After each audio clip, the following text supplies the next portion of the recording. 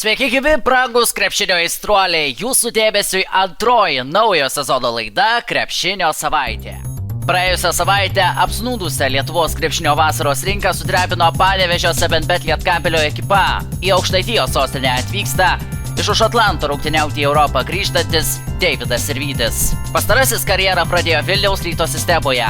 Daugiausiai progų pasireikšti Vilniuje Sirvydis gavo 2018-19 metais, kuomet LKL čempionate ir Europos taurėje bendrai sužaidė 57 rungtynes.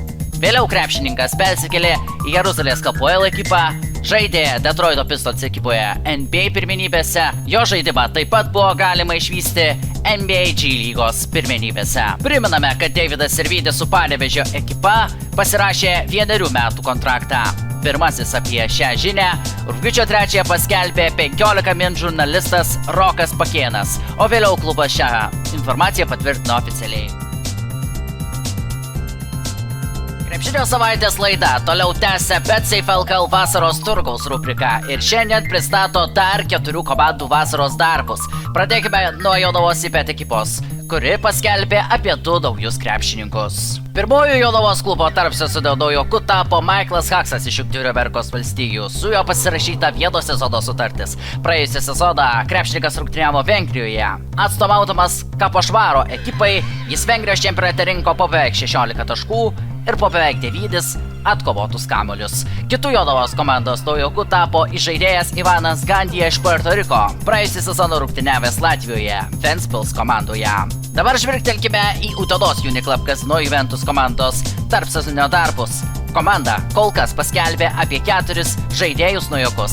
Tai Evaldas Šaulys, Marius Valinskas, Šarūnas Beniušis ir legionierius Ivanas Vranešas. Centras iš Kroatijos tapo pirmuoju Utenos komandos legionieriumi šį tarpsezonį. Komanda taip pat paskelbė ir apie naują vyriausiąjį trenerį.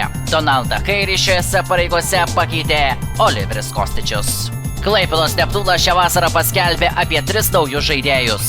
Tai iš Kėdainių į Klaipėdą persikėlęs Timas Lamprektas, lietuvis Ignas Sargiūnas, kuris tapo naudingiausių rezervinės rinktinės krepšininkų šią vasarą, ir Nyderlandų lygoje finalo naudingiausių krepšininkų tapęs Tomis Rutherfordas. Komandą ir toliau treniruos Mindaugas Brazys.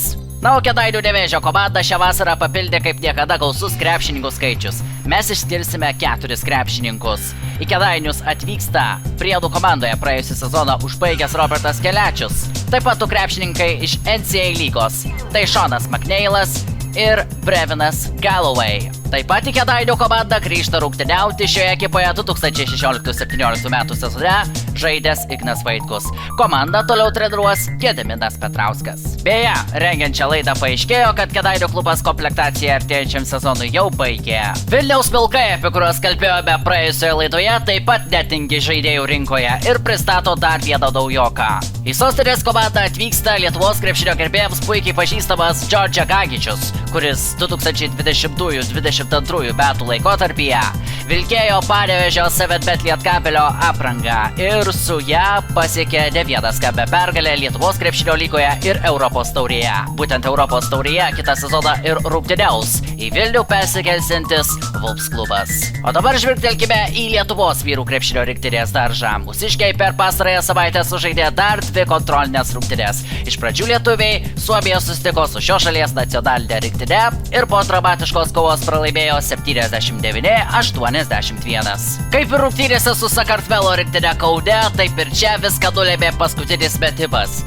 Deja, šį kartą jį įmetė Suomijos rinktinės krepšininkai, o lietuviams teko aikštę palikti nuleistą galvą, nes tai buvo pirmasis lietuvių pralaimėjimas šios vasaros kontrolinių rungtynių cikle.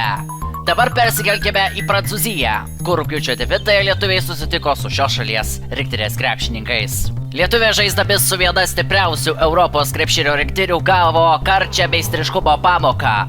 Prancūzijos rinktinė iškovojo pergalę 90-72. Lietuviai prancūzams šioje dvikovoje priešinosi tik pirmąjį kėlinį, o antrajame prancūzai įgijo pergalingą pranašumą, kurį išlaikė iki pat dvikovos pabaigos.